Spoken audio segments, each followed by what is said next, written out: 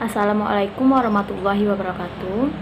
Saya Chania dari kelompok 12 akan menyampaikan materi tentang pembahasan merancang pembelajaran bidang studi lewat sastra.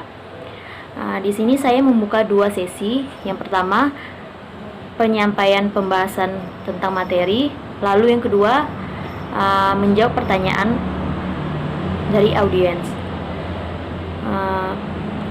Di sini, merancang pembelajaran bidang studi lewat sastra terbagi menjadi dua pembahasan. Yang pertama, merancang pembelajaran IPS dari prosa atau puisi kepahlawanan. Dan yang kedua, memahami matematika dari sejarah sastra. Nah, sebelumnya tentu kita harus tahu apa itu bahasa dan sastra. Bahasa adalah sebuah alat untuk mengkomunikasikan gagasan atau perasaan secara sistematis melalui penggunaan tanda, suara, gerak, atau tanda-tanda yang disepakati yang memiliki makna yang dipahami. Sedangkan sastra adalah karya cipta atau fiksi yang bersifat imajinatif atau penggunaan bahasa yang indah dan berguna yang menandakan hal-hal lain. Tujuan pembelajaran sastra di kelas rendah adalah untuk mengembangkan kemampuan berbahasa siswa lewat pemanfaatan bahasa bahan ajar siswa serta menyiapkan anak agar mampu berkomunikasi dengan bahasa Indonesia yang baik dan benar.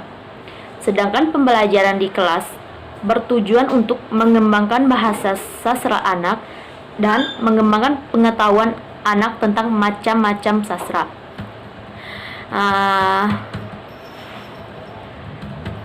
Merancang IPS dari prosa atau puisi kepahlawanan. Pembelajaran IPS yang berupa sejarah masa lalu yang dapat dikaitkan dalam karya sastra. Dalam hal ini, prosa ataupun puisi mengenai perjuangan masa lalu dapat digabungkan menjadi bidang studi. Sebelum membuat puisi kepahlawanan atau sejarah, berikut ini merupakan hal-hal yang perlu diperhatikan, yaitu 1. Membuat judul. Judul harus sesuai dengan puisi yang dibuat, dan dari judul kita dapat membuat puisi dengan mudah. Yang kedua, tuliskan kata-kata yang sesuai judul. Yang ketiga, gaya bahasa.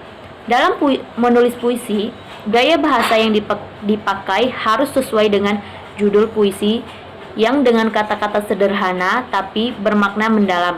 Lalu, perhatikan tanda baca. Memahami matematika dari sastra sejarah. Sastra sejarah adalah karya sastra yang selain mengandung unsur sejarah, mengandung unsur keindahan dan juga unsur khayalan. Sastra sejarah dijadikan sarana sebagai pengarang untuk menyampaikan pikiran dan tanggapan mengenai suatu peristiwa sejarah. Naskah suatu karya sastra tidak dapat digunakan sebagai sumber sejarah yang bisa dipercaya begitu saja, karena unsur sejarah dalam karya sastra itu dicampur adukan dan ditumbuhi oleh unsur mitos, legenda, dan dongeng. Unsur sastra yang terdapat dalam karya sastra sejarah yang paling menonjol biasanya berupa mitologi, legenda, hagiografi, simbiolisme, dan sugesti. Baiklah, itu penjelasan dari materi saya tentang merancang pembelajaran bidang studi lewat sastra. Selanjutnya, saya masuk ke sesi menjawab pertanyaan dari audiens. Sebelumnya di sini saya sudah mengumpulkan satu pertanyaan dari Auliadini, yaitu pembelajaran di kelas-kelas rendah harus terdiri atas sejumlah besar topik dan kegiatan. Untuk itu diperlukan suatu strategi untuk memasukkan aspek-aspek penting suatu program. Strategi tersebut adalah jelaskan. Strategi tersebut adalah menggunakan suatu jaringan sebagai alat untuk merencanakan unit program pada suatu program. Satu, merencanakan jaringan. Untuk menyusun jaringan, kita harus mulai dengan tema sentral dengan melalui pendekatan curah pendapat secara bebas. Kita mendaftar sebagai berbagai aspek yang berhubungan dengan tema sentral. Langkah berikutnya, memilih butir-butir yang relevan dari daftar tersebut dan mengorganisasikannya dengan menggunakan sub-subtema. Langkah terakhir adalah membuat jaringan yang secara visual menyajikan gambaran keseluruhan tema. Lalu jaringan sastra dapat dibuat apabila suatu topik telah diidentifikasi dan difokuskan khusus pada sastra yang berhubungan dengan topik tersebut. Sub-subtemanya dapat berupa puisi, nyanyian, dan cerita. Lalu, sastra dan program membaca. Apabila sastra dijadikan bagian dari program membaca anak, akan memperoleh keuntungan sangat besar.